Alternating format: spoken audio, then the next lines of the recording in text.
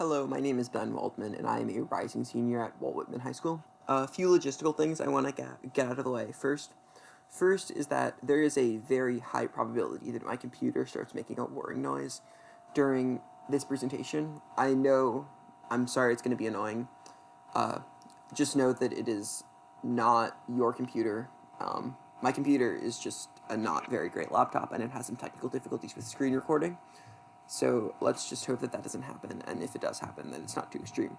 The second thing is that I know my voice is scratchy. I'm a little bit sick right now. I don't have coronavirus.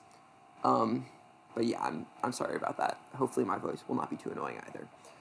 So let's get on with the lecture. So this lecture is on framework. So first, what is framework debate?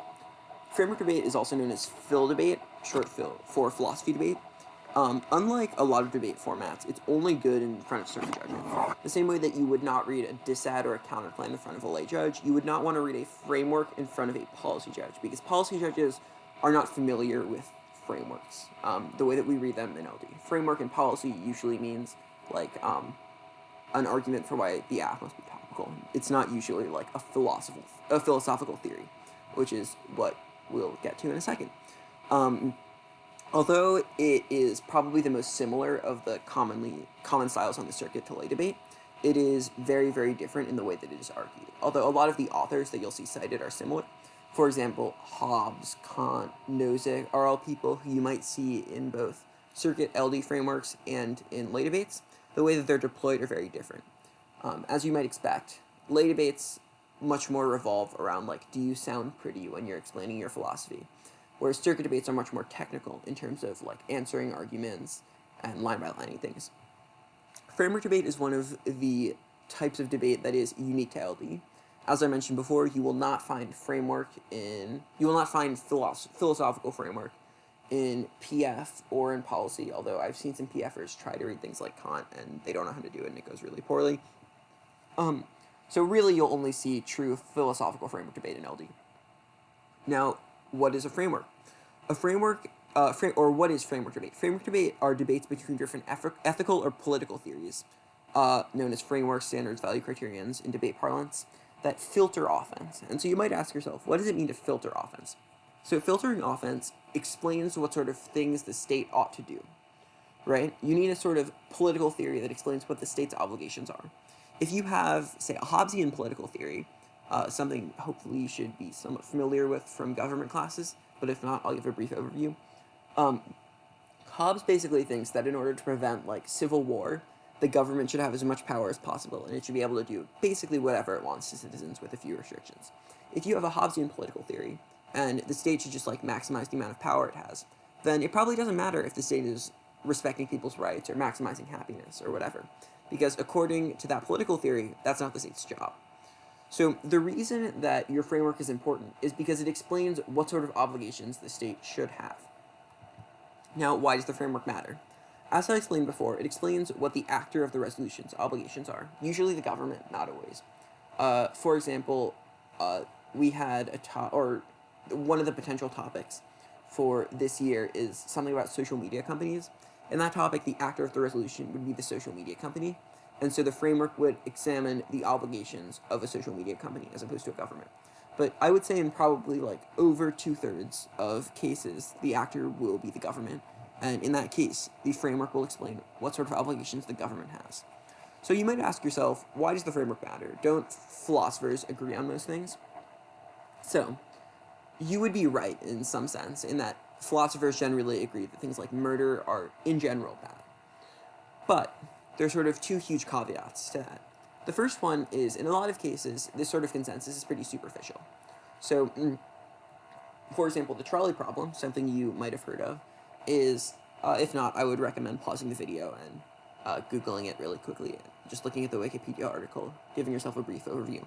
But basically what it says is, if you have a train that's running down a track, and if you don't do anything, it's going to kill 5 people, but you can pull a lever and switch it to a track, or it will only run over 1 person. Should you do it? So a utilitarian would say, yes, you should flip the switch, because if you flip the switch, then only 1 person dies, whereas otherwise 5 people would die.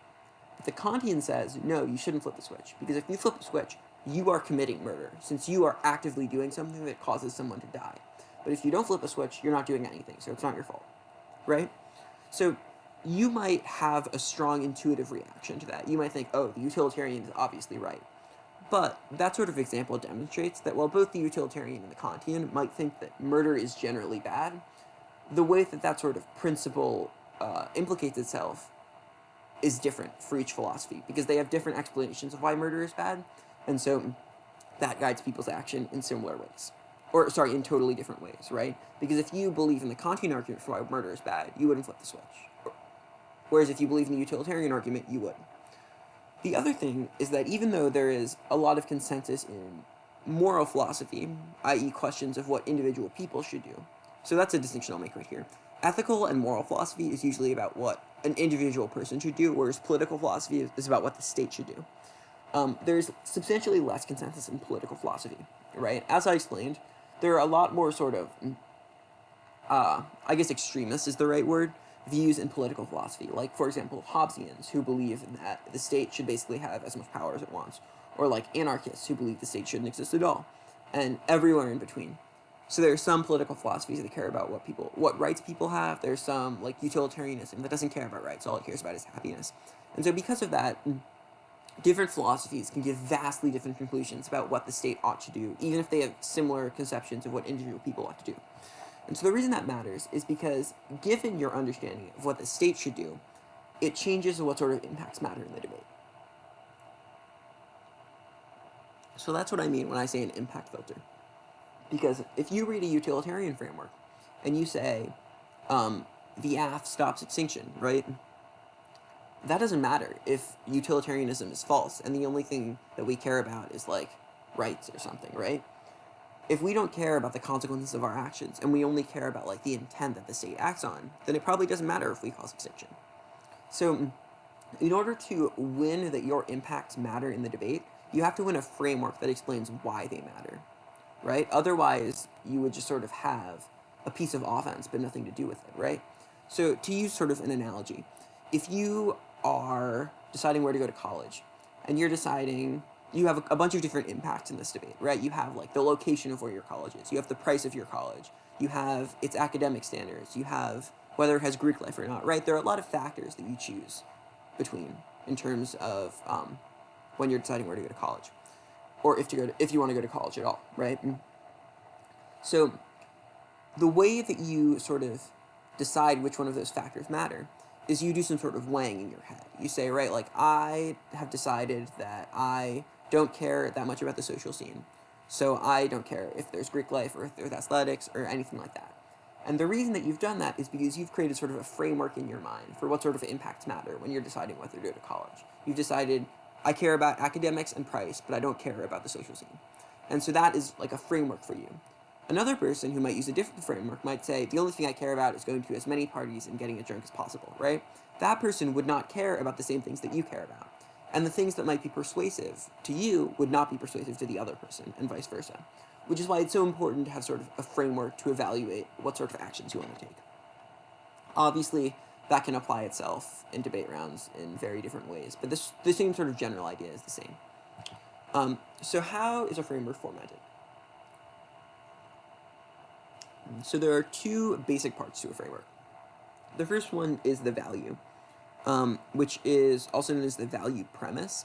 It is something that is, like, objectively, unquestionably, like, beyond any sort of doubt, like, good.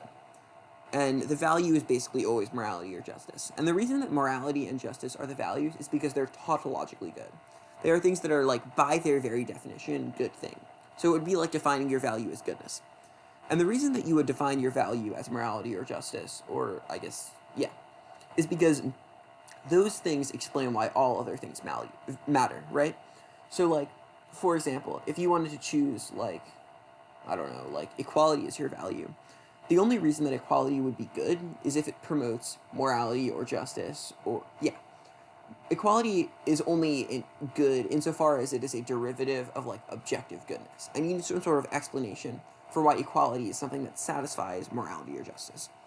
Because the value is always morality or justice on the circuit, people oftentimes don't even read a value.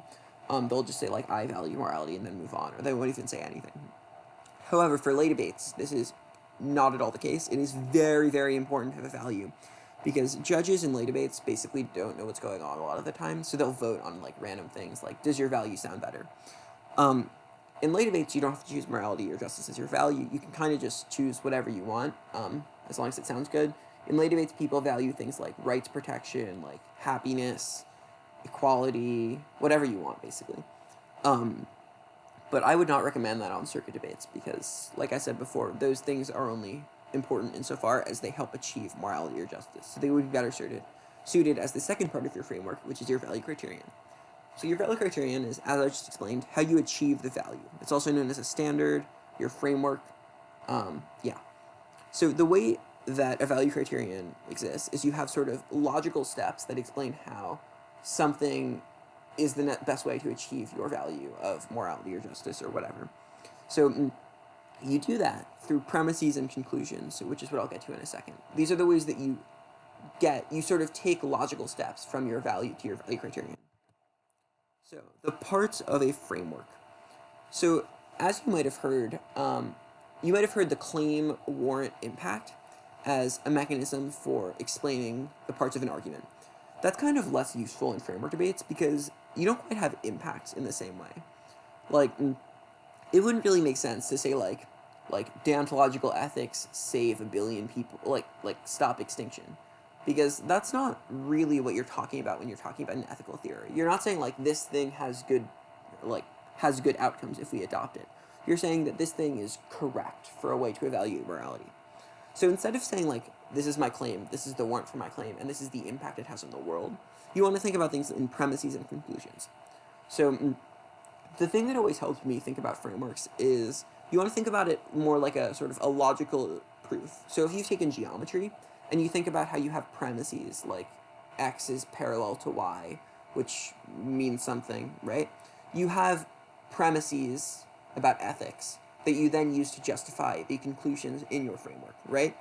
Geometry, when you say like, these two lines are parallel, you're not saying like these two lines are parallel because these two lines being parallel solves extinction. You say like these two lines are parallel because like it is the case that these two lines are parallel. Like it's true, right? It's not good, but it's true.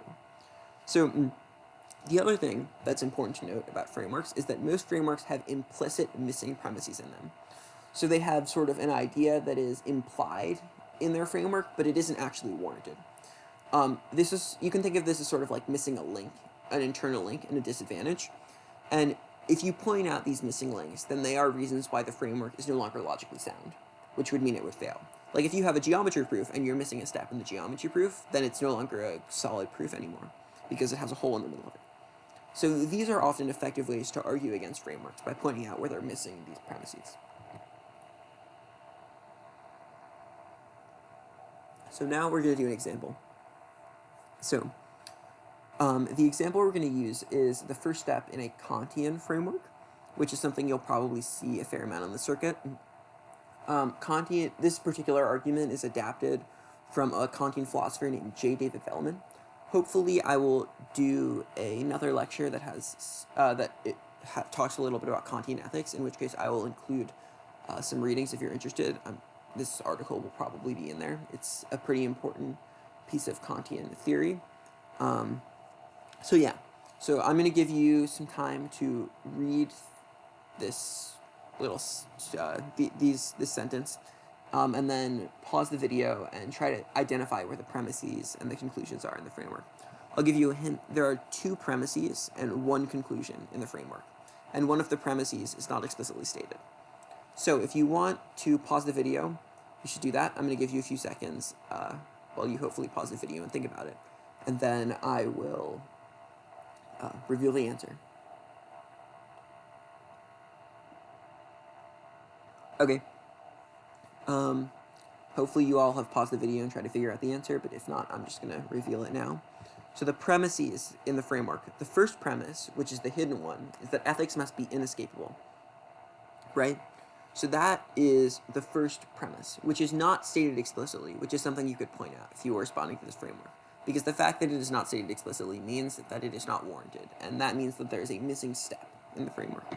The second premise is that using reason is inescapable. And the warrant for this is that if you ask, why should I use reason, then that asks for a reason to use a reason, which concedes the legitimacy of reasons. This argument is kind of confusing, and frankly, I'm not the biggest fan of it, but the Velleman book explains it in better detail. The book is called Self to Self, if you're interested. Again, hopefully I'll post some, or there will be another video with some Kantian stuff in it. But if you're interested, the book is Self to Self. The conclusion is that ethics must be based on reason. So we have the first thing we have is a condition that ethics must meet. The second thing we have is a reason why something else meets that condition. And then the conclusion is why ethics must be based on that later thing. And oftentimes, syllogisms will be structured like this. They will have a condition, and then they will have a reason something meets that condition, and then they will have a conclusion based off of that thing. This is obviously, or this is the first step in a broader framework that explains, more political philosophy, which I will explain more in future videos. Hopefully you got that. If not, you should be, if not, hopefully you will get it in the future when you identify frameworks, but it's important to be able to identify this structure within frameworks. Okay, so now, quick side note, the idea of evidence in frameworks. Frameworks do not necessarily need evidence, especially in circuit debates. In lay debates, it's probably preferable to have them just because judges think it sounds prettier when philosophers are writing and they give it more credibility, but it's not as essential as it is in, say, a disadvantage, right? If you have a disad that, like, something hurts the economy, you need a study that proves that, because you're not qualified to make those sort of claims because you're not an economist qualified to do studies. However, because, as I explained earlier, frameworks are based on sort of logic, basically, you don't really need evidence for them in the same way you would for, like, an econ disad, because you don't need an explanation of the empirical world. Instead, you're just relying on your ability to, like, make logical proofs of things. So they don't rely really on evidence. In fact, there are a couple of reasons why a lot of times it might not make sense to read evidence in frameworks. The first one is that authors have very different incentives from debaters. If you are a debater, you want to be as efficient as possible with your words, because that allows you to make more arguments and allocate your time better. Whereas authors want to be able to fill up entire books about their ideas. So they want to make their arguments longer and drag them out more and explain them in more detail, which is the exact opposite as a debater. So because authors write inefficiently, you might not want to include their writing because it's not written in a way that is good for debate. The second reason is that authors often write about a lot of things in their books, a lot of which are not debate applicable. For example, if like Kant, who's a pretty common debate philosopher, although people don't read Kant that often, they more often read neo-Kantians like Korsgaard and Velleman, who have sort of adapted Kant's ideas and modernized them and made them better, or, arguably made them better, depending on your point of view. Those people write about a ton of things, a lot of which are not political or ethical philosophy, and so are not super relevant to debate topics. So if Kant is writing about his philosophy of religion, and he's like, if God exists, this is how we should best obey God, right? That doesn't really have a lot to do with his ethical theory about the actions that people ought to take, right? Like, his thoughts on prayer probably aren't super applicable to, like, a debate topic about, like, whether the government should engage in secondary sanctions. So because of that, there are a lot of ideas and a lot of philosophical texts that are not super applicable to a debate framework. And so you might not want to read evidence because there just might be a lot of stuff that is not relevant in the evidence. But if you do read cards in framework debates, the same tenets apply, because authors will still have premises and conclusions in their card. They just won't be labeled as clearly. Or they will still have steps in their syllogism. They won't be labeled as clearly. Like I said, premises and conclusions aren't usually explicit in frameworks. They'll be even sort of more confusing in cards, but they will still be there. You just have to look for them. There are a couple of reasons why you might want to read a card in a framework debate. The first one is if you want to confuse your opponent, which is not usually a good strategy, but if that's that could be a reason why you would want to try to read a card, because, as I said, a lot of times cards are written in philosophically confusing language, and so they can, if you want, try to confuse your opponent, but they might also confuse your judge, so I would not recommend that. The second reason is that the fact that you have a card lends your position credibility with judges a lot of the time, because judges will see like, oh, this is a real thing that exists in the philosophical literature. Like, you're not just like making it up out of nowhere as a random high schooler. And so having, even if you don't want to have cards for everything in your framework, having 1 or 2 cards can give you sort of more credibility, so that the judges know you're not just making it up. The other thing I want to say is that even though cards aren't important in frameworks, it's still very, very important to do your own research. Because most of the time, actually, I'll hazard a guess and say all of the time, professional philosophers have better ideas about philosophy than high school students do. So if you want to get ideas for frameworks and you want to know how to respond to other frameworks and answer common objections to your frameworks, the best arguments will be written by actual philosophers because they know philosophy better than high schoolers do. So it's important, if you're going to do framework debate, to read about frameworks and see what people in the literature actually say, because those people know more than debaters do, and their arguments will just be better. Now, the last thing I want to touch on before we get to the end is frameworks versus critiques. There are a lot of similarities between frameworks and critiques. They're both philosophically dense. They both, oftentimes they'll draw from similar literature bases, so like Marx can be read as both a framework and a critique. But the difference is this idea of descriptive versus prescriptive knowledge. So critiques identify something about the current state of the world, right? Like maybe your Kapke says, like, capitalism is really oppressive right now. So given that, we should have a class revolution and overthrow, like, the current capitalist regime. The reason why that is different from a framework, which might say, like, the government, like a Marx framework, actually Marx is kind of complicated. Then so let's say your Kapke says we should have a socialist revolution, and your utilitarian framework says we should maximize happiness. The difference between those two things is that Kapke is descriptive knowledge, because it claims to describe the current state of affairs for the world, and then has one specific solution to a current problem. But it doesn't guide action across, like, the entirety of human history. Because if you're Marx and you're saying, like, capitalism is bad, that doesn't say what you should do if you have, like, an anarchist system, or if you have, like, a monarchy, right? Whereas a framework that says, like, we should maximize happiness is not time-specific. It attempts to prescribe knowledge across all of time, right? It says that in all situations, people should follow these sort of moral rules, or states should follow these sort of moral rules. Whereas a Kapke attempts to only describe the current state of affairs and then act on it. Because of the ways that these debates are, because of the way that these positions are different, you generally want to approach these debates with different tools. So, for example, you would not want to make a permutation against a framework, because a framework does not necessarily necessitate, like, a counter-advocacy or some sort of specific way of solving one problem. You might want to turn arguments under a framework's contention, but it usually wouldn't make sense to make a permutation or to make, like, a we get to weigh the case argument, right? So because of that, and the way that because of that, you want to have different arguments against these types of positions. Thanks, everyone, for watching. I really appreciate you checking out the video, and I hope that you learned something from it. As a reward for the video, or as a reward for sticking all the way through the video, I found some philosophy memes on my phone, which I think are pretty okay. They're fine. I like them. You know, hopefully you like them too. And hopefully you keep watching more videos. Yeah, thanks.